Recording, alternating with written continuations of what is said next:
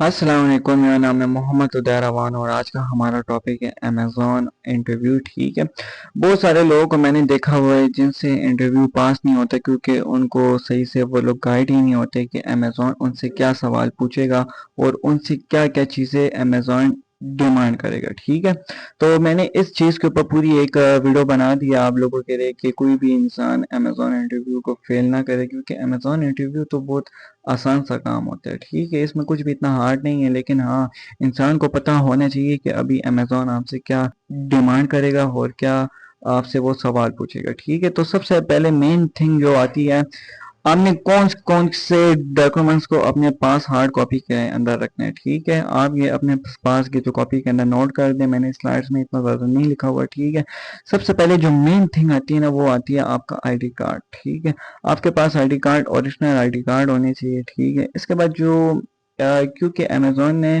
آئی D card کے اوپر آپ کے نام کو ویریفائی کرنا ہے. ٹھیک ہے، آپ اس پوائنٹ کو سمجھیں.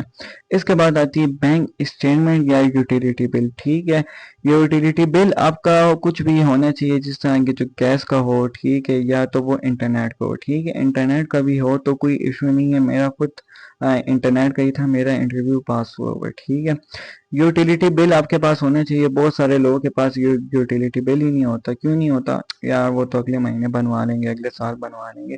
تو پھر جب امیزون انٹرویو ان سے کر رہے تب ان کے پاس یوٹیلیٹی بل نہیں ہوتا. یوٹیلیٹی بل نہیں ہوتا تو پھر ان کا ایڈریس ویریفائی نہیں ہوتا اور پھر ان کا انٹرویو پاس نہیں ہوتا. ٹھیک ہے، اچھا اس کے بعد ہم لوگ آ جاتے ہیں کہ بینک اسٹیٹمنٹ بھی آپ کے پاس ہونی چاہیے. بینک اسٹیٹمنٹ کون سی ہونی چاہیے؟ پاکستانی ہونی چاہیے یا جو آپ کا ڈپازٹ کے اوپر جو ایڈ ہے وہ والی ہونی چاہیے. ٹھیک ہے، میں تو کہتا ہوں آپ کے پاس دونوں کی دونوں اسٹیٹمنٹس ہارڈ کاپی میں ہونی چاہیے. صحیح ہے کہ آپ سے وہ جو بھی نہ ڈیمانڈ کر رہے ہیں، آپ نے بس اسی وقت اس کو دکھا دینا، اس کو بھی پتہ لگ جائے اچھا یار انسان تو بالکل تیار ہوا ہے، تو آپ کے نا چانسز بہت زیادہ ہوتے ہیں. ٹھیک ہے، پھر پاس ہونے کے.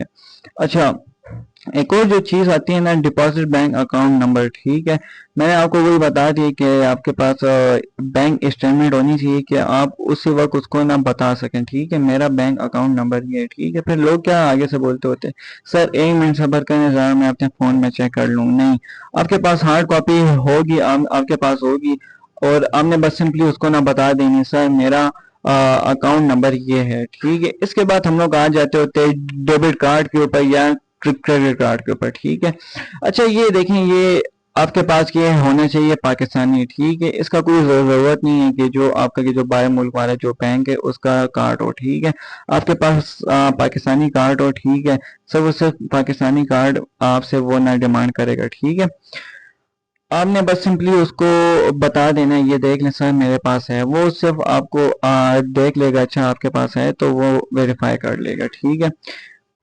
امیزون انٹرویو میں جو سوال آپ سے پوچھے گا، امیزون سب سے پہلے وہ آپ کو کہے گا کہ اچھا آپ یہ بتائیں کہ آپ کون سے بزنس ماڈل کے اوپر کام کرتے ہوتے. ٹھیک ہے، تو آپ نے اس کو آگے سے سمپلی بول دینا ہے میں ایف بی اے کے اوپر کام کرتا ہوں.